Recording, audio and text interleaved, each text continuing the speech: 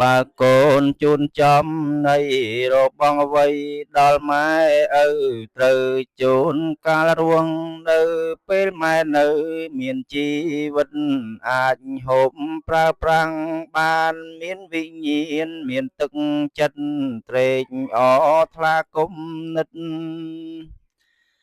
រីករាយចិត្តចំពោះកូនដល់លោកឈឺស្លាប់បាត់ស្ងាត់វិញ្ញាណរូបកាយសូនឃ្លាតញាតិមិត្តបងប្អូនកូនជួនអ្វី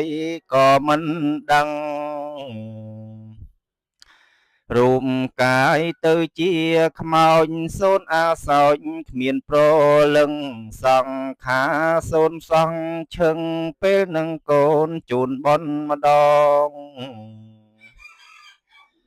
ធ្វើបន់ឧទ្ទឹងផលទៅបានដល់អិនសៅមកលោកអាចទទួលរងសោយផលផងក្នុងបរលោកបានសុខសួននិព្វានឈានទៅកាន់ស្ថានវិមករួចផុតពីទុក្ខសោករោគជាធិងមរណៈងសូមអនុមោទនាថ្ងៃឧបោសថសិលសូមអនុមោទនា